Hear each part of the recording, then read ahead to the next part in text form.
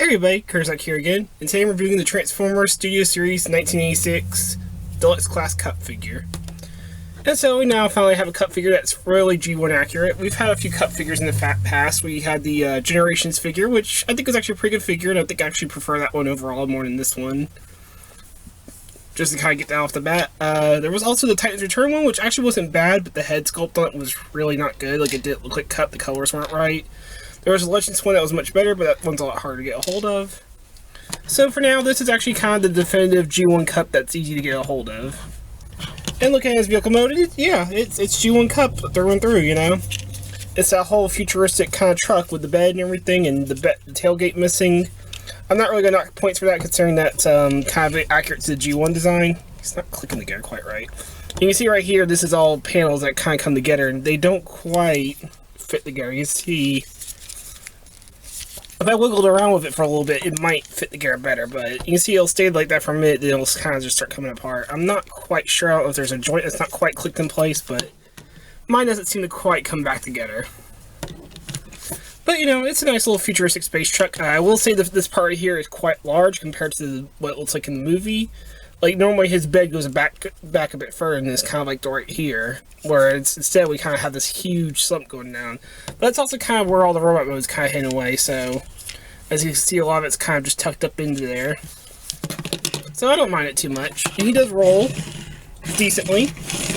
Yeah, it rolls pretty well. I'm actually kind of surprised Hasbro actually released a figure that's kind of just in two different tones of gray here, or I guess greenish gray. I'm not sure what you really want to call this color here.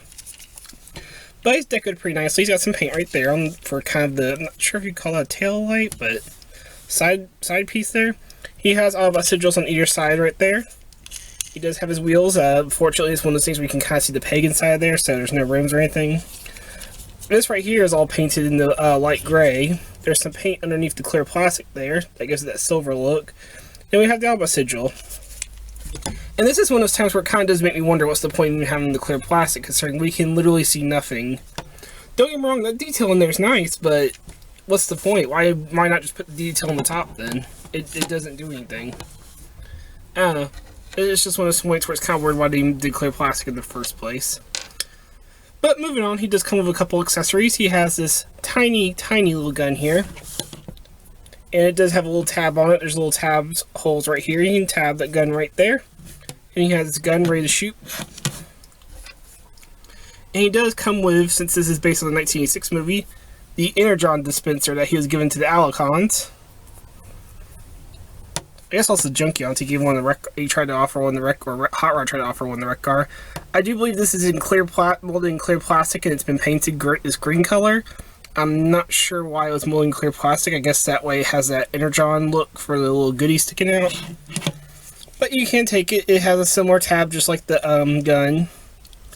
You can kind of just peg it on like that. Obviously, it doesn't make as much sense to the gun, but it does give it a place to go while you have it in vehicle mode. So that's always nice. We'll go ahead and remove those for now, because we're going to get down to the transformation of this little guy. So, I call him little because he actually is pretty small in vehicle mode. It really does kind of collapse everything in. So to start, I find it best just to kind of come to the back here and just split this, as it makes it easier to get to his arms right here. Because what you got to do is unpeg them. We'll get to that in a minute. But basically you want to untab them from that tab right there. And it's a really tight fit down. Almost every time I always end up popping the arms off. If I can get back on there. There we go. But you want to start like that, because then you can also start undoing all this. This part comes in tab from right behind the wheel. Just kind of comes on the back. Clicks down right there. And the bed of the truck flips up. Actually tabs underneath. So you actually want to flip the bed of the truck up first, which is why I was wanting to untab the arm. And then you're going to untab this part from right behind the wheel. Bring it on back on this hinge, on this strut. Tabs right in like that. That starts giving you some more room down here. So next you're going to want to just grab the legs, start flipping it forward like that. You're not want to go all the way though, you're just kind of making yourself some room here. You're going to untab the shim piece here, and then you're going to fold that in, tab that back in again. Kind of show you what's going on. When you're having it tabbed into the vehicle mode, you can see there's two tab holes. You're going to have it into that top part where the shin's kind of outward like this. But for robot mode, you're going to collapse that in. It's going to tab into that bottom hole there. Close that back up, and it straightens out his legs. Just flip out the feet from there. So you can kind of see what's going on here, and then the rest is all inside of here. So you're going to take this part right here, untab that, bring these out to the side. You see it kind of reveals his head, bring that down, fold all that up, take the wheels, untab them, fold them in, take these parts, they'll come on down, just tab it in like that, tab it in right that, and you can see these are kind of, the arms are not in the right place. You have to swivel this whole section in until it clicks, and then just position the arm right. Swivel this whole section, and you can see this whole piece right here is on a swivel joint, so you just click that in, and that's mainly just to help form the sides of the vehicle mode when his arms are out. And finally, you just take the roof of the vehicle here, collapse that in like that, and it's going to tab into either wheel right here. Oh, and when you're collapsing the wheels, I forgot to tab this in right. When you bring the wheels in, you actually have to get the headpiece tabbed into it. See, there's little tab holes on the edge of the wheel wells right here. Here, let me do this off camera real quick so I can get a better look at myself. There we go. You can kind of see there. You can kind of tab it in like that, so that way it actually keeps the headpiece tabbed in properly. There we go. And all that gets you a cup in his robot mode. And looking at his robot mode, it looks pretty good. It looks like G1 Cup. Let's get this camera up a little bit. He looks like G1 Cup, you know. It's kind of what the Studio Series is going for. Kind of a, not miniature, I wouldn't go so far as to call them miniature masterpieces, but it's kind of the closest we get to that kind of style. He's having trouble standing for some reason. He doesn't really have any real heel spurs, you know. He's got these little pieces of junk sticking out the back there, but they don't go low enough, so he kind of got to rely on his flat feet. And if his feet aren't sticking flat for whatever reason, they don't hold him. There we go. It's not like he has much of a backpack either. But yeah, look at him. I do know a lot of people take kind of a problem with the head sculpt here, and I can kind of see why, because he does have a rather long face. I know Blur did too, but at least Blur did still look like Blur. The elongated face kind of does make Cup look a little off here. It doesn't quite look like. Also looks like Cup who's just in the middle of a PTSD episode or something. Like it's not a face that we really see him make in the show, you know, or in the movie. I really do think the major part is just that he does have a slightly too long face. He kind of has a Thanos face going on right now. But, you know, it still looks like Cup to me. It's still Cup to me. It's just not quite G1 Cup. But, you know, he's got all the detail in there. His face is painted. The helmet's painted. Everything about him does look like Cup. A lot of detail is carried over from vehicle mode for the chest. There's a little bit of gray and orange right here for his belt right here. He does have some orange on his arms right here. And this is also painted, his fist and everything. So, he does have a decent amount of paint. Makes his colors all match quite right to the show. I do like a little bit of orange to kind of help break up all the gray. Makes him look a little bit more alive. You can have him hold his accessories here, like his gun. Just pop that in his hand and can use that elbow joint like that. And of course, you can give him the Energon goodie dispenser. So you can stick that in his hand like that. It's not exactly how they held it in the movie. They were actually holding it by this part. But, you know, it's kind of close enough. It kind of makes him look more like the Ghost Radar from Ghostbusters. But you could get a scene where he's sitting there, holding out the Energon goodie dispenser. You could take a Sharpticon here and just make it look like he's reaching out for it.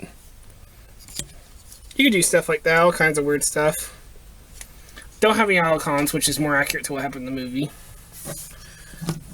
But yeah, you know, his accessories are pretty nice. I do think the gun's a little small. It's just strange how small this gun is. Especially after, you know, Na over here gets the big gun of doom. Actually, how does it look in his hand by comparison? Oh yeah, that's Cup's ready to end somebody's day.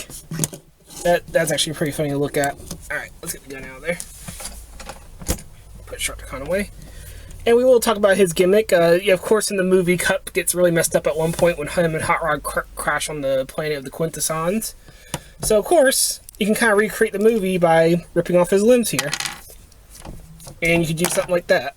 I believe it's this arm and that leg. I could be wrong though. I could have it reversed, but you get what I mean. It's an opposite arm and leg that he gets kind of torn off in the movie, and he's just laying there like, arr.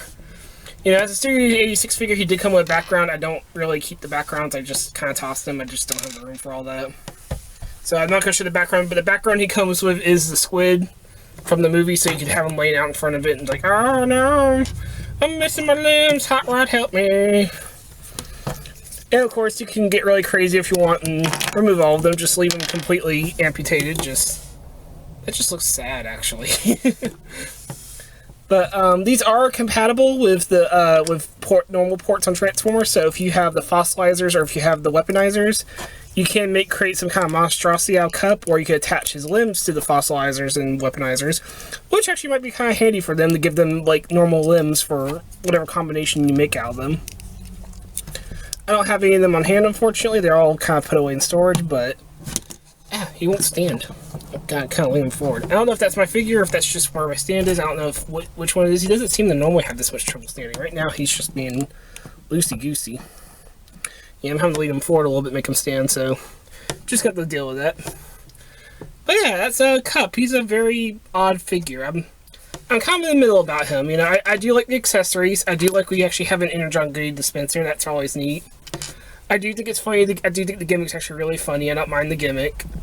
Mainly because it doesn't really get in the way. Like, if you don't care about it, it doesn't get in the way of his robot mode. It doesn't hamper anything.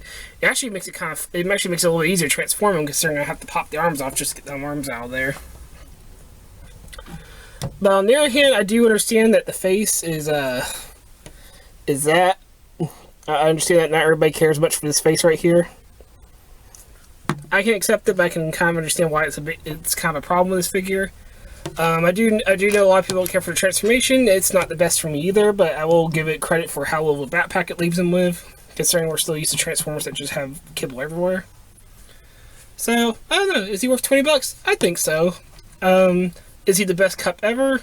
As far as being G1 accurate, an official G1 Cup, yeah, I'd say he's the best, but as far as being an overall figure, I think I still have a slight preference for the Generations figure.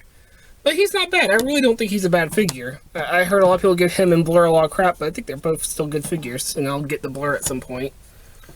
So yeah, this has been Kerzac. I hope you enjoyed this review, and I hope you all have a great day. Take care.